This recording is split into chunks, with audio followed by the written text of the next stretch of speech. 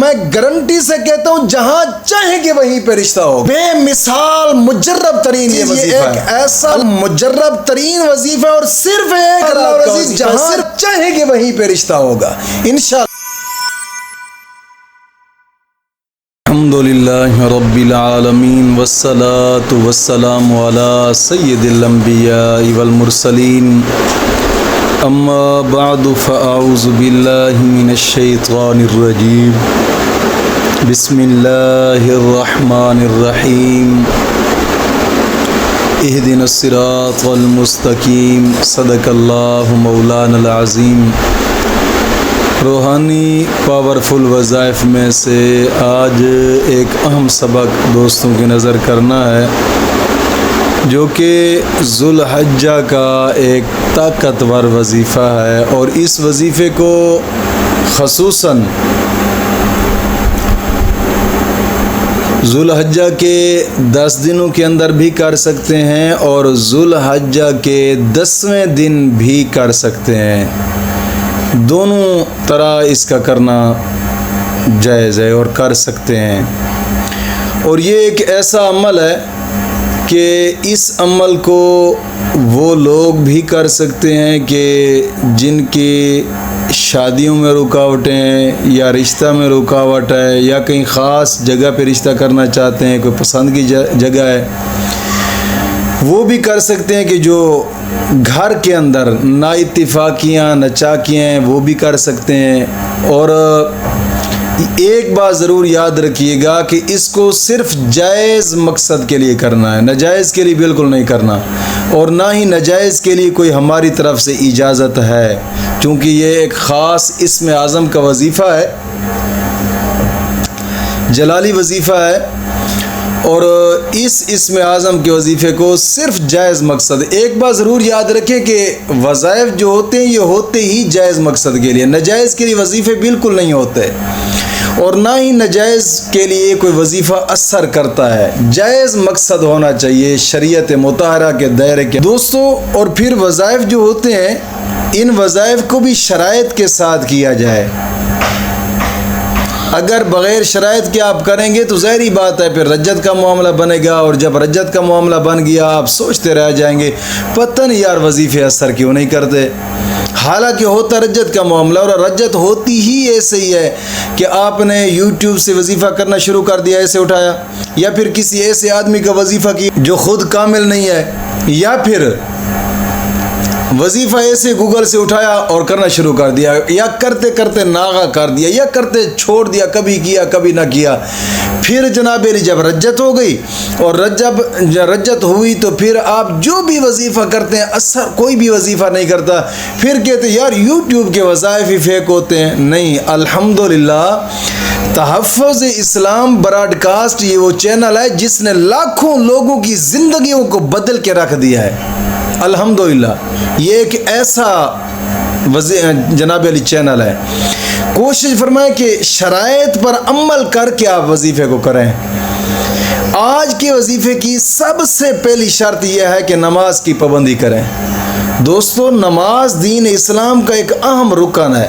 हदीस पाक में आता है आका करीम सल्लल्लाहु अलैहि वसल्लम ने फरमाया कि नमाज मेरी आंखों की ठंडक है, और एक हदीस पाक में फरमाया कि नमाज मोमिन की मेराज है, और एक हदीस पाक में फरमाया कि नमाज मोमिन और काफिर के दरमियान फ़र्क है। यानी नमाज एक ऐसी चीज़ है कि दीन इस्लाम का एक ऐसा अहम रुकन है कि अगर नमाज को आप खड़े होकर नहीं पढ़ सकते तो फिर बैठ कर पढ़ें, बैठ कर नहीं पढ़ सकते तो लेट कर पढ़ें, लेट कर नहीं पढ़ सकते तो इशारे से पढ़ें, यहाँ तक कि अगर हाथों के इशारे से भी नहीं पढ़ सकते तो आँखों के इशारे से पढ़ें। यानी नमाज इतनी ज़रूरी है और अशद ज़रूरी है।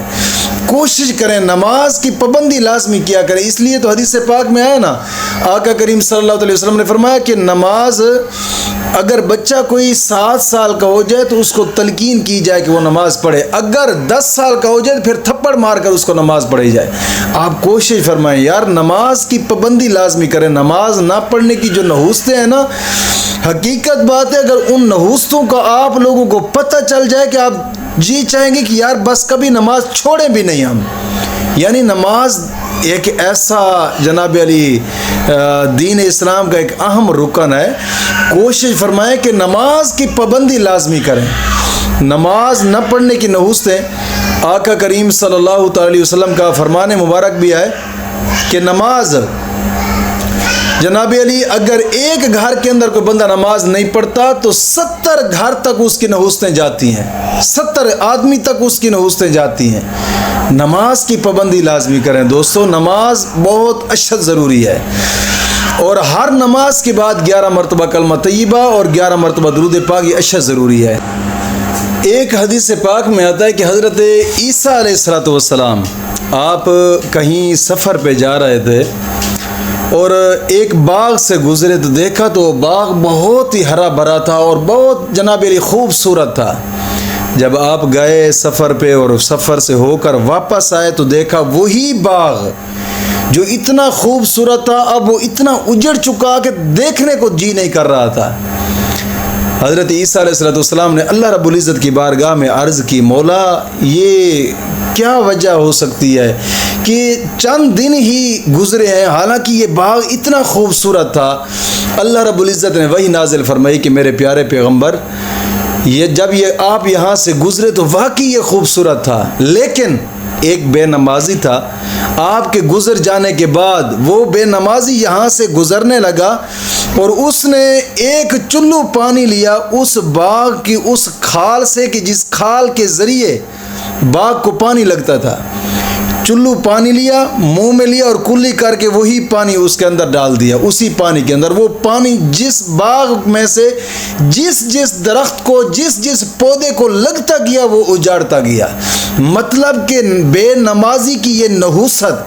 अब याद रखें यार कि हज़रत ईसा अलैहिस्सलाम की उम्मत का एक बेनमाजी हो, अगर उसकी नहुसत इतनी है कि बाग को उजाड़ देगी, और ये जो आखिरी पैगंबर का उम्मती है जिसकी नमाज भी तमाम नमाजों से अफजल और आला है, अगर ये बेनमाजी जहाँ घर में रहेगा ज़हरी बात है वो घर ही उजड़ेगा, जिस महल्ले में रहेगा महल्ले के उजड़ने की जनाब अली खदशे और अंदेशे है। कोशिश फरमाएं यार नमाज की पाबंदी लाजमी करें और हर नमाज के बाद 11 मरतबा कलमा तय्यबा और 11 मरतबा दुरूद पाक ये अशद ज़रूरी है। और दूसरी शर्त अपने तमाम गुनाहों से तौबा और आइंदा गुनाह न करने का एक पुख्ता आज़म करना।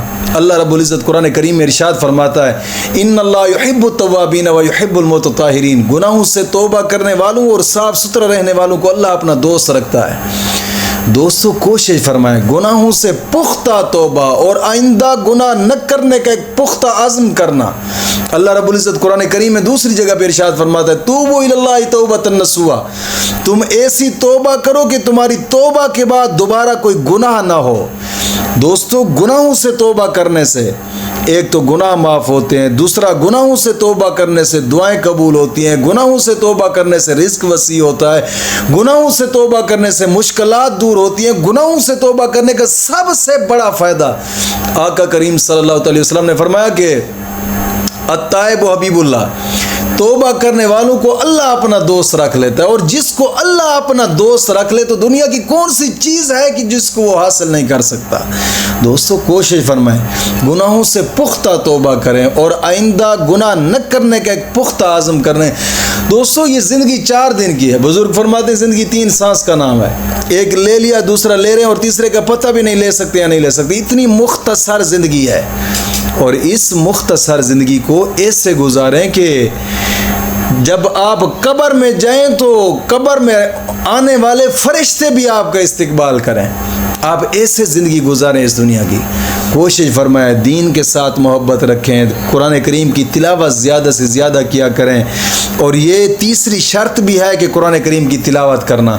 हदीस पाक में आता है कि हर हर्फ पर मौला करीम 10 नेकियां अता फरमाता है, 10 गुनाह माफ़ होते हैं, 10 दर्जात बुलंद होते हैं। और कुरान करीम की तिलावत करने के बाद इंसान जो भी जायज़ दुआ मांगे मौला करीम उसकी दुआ को कबूल फरमाता है। दोस्तों कोशिश फरमाएं यार, कोशिश फरमाएं। ये कोई मुश्किल शराइत नहीं है। कुरान तो वैद एक ऐसी किताब है कि अगर दुनिया में आप इसके साथ मोहब्बत और प्यार रखेंगे तो ये कब्र में भी आपको अकेला नहीं छोड़ेगी। ये एक ऐसी किताब है। और कोशिश फरमाएं कि वक्तन फ़वक्तन सदका कर लिया करें कि हदीस पाक में आता है असदका तो रद्दुल बला, सदका मुसीबतों को टाल देता है, सदका मुश्किलात दूर करता है। कोशिश फरमाएं यार, सदका एक ऐसी चीज़ है कि अगर कोई भी मुश्किल इंसान पे आ पड़े ना तो अल्लाह के रास्ते पे सदका कर दे, मौला करीम उस सदके के सदके मुश्किलात दूर फरमा देता है। दोस्तों आप तो वैसे ईद के दिन है, आपके करीबी हाँ गरीब यतीम मस्कीन है, थोड़ा सा उन पे ख़र्च कर दें, या फिर महल्ले में कोई मस्जिद ज़ेर तामीर है कि हदीस पाक में आता है जिसने मस्जिद के तामीराती काम में आधी ईंट खर्च की मौला करीम उसका भी महल जन्नत में बना देता है। या फिर दीन की इशाअत के इदारे जो ज़ेर तामीर हों उन पे ख़र्च किया करें, कोशिश फरमाया करें, ये एक सदका जारी है यार।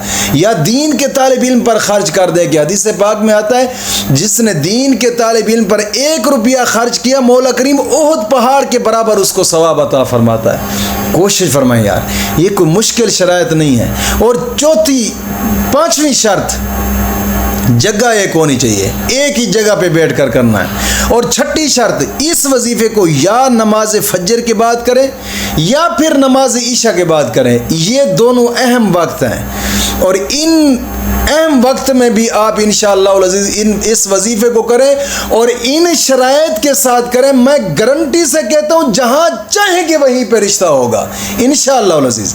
और करें इन्हीं शराइत के और इसी तरीके के साथ जो तरीका मैंने बताया है। बेमिसाल मुजर्रब तरीन ये वजीफ़ा है, अल्लाह रब्बुल इज़्ज़त के एक ख़ास इस्म आज़म का वजीफ़ा। और इस वजीफ़े को करने का तरीक़ाकार ये है, जब आप बैठे मुसल्ला रसूल पे कि आप ईशा की नमाज के बाद करना चाहें या फिर नमाज फजर के बाद करना चाहें, अव्वल आखिर 11 मरतबा दरूद पाक, यानी पहले भी 11 मरतबा दरूद पाक और आखिर में भी 11 मरतबा दरूद पाक, बेशक वो नमाज वाला दरूद इब्राहिम ही हो। अव्वल आखिर 11 मरतबा दरूद पाक पढ़कर 313 मरतबा पढ़ना है, या लतीफ़ हो या वदूद हो, या लतीफ़ हो या वदूद हो, 313 मरतबा। और फिर उसके बाद 7 मरतबा सूरत इखलास पढ़नी है, पढ़कर फिर रब की बारगाह में दुआ कर दें। इंशाअल्लाह अज़ीज़ ये एक ऐसा मुजर्रब तरीन वजीफ़ा है और सिर्फ 1 रात का वजीफ़ा है, सिर्फ 1 रात का। इंशाअल्लाह अज़ीज़ जहाँ चाहेंगे वहीं पे रिश्ता होगा इंशाअल्लाह अज़ीज़। मौला करीम दीन मतीन की समझ अता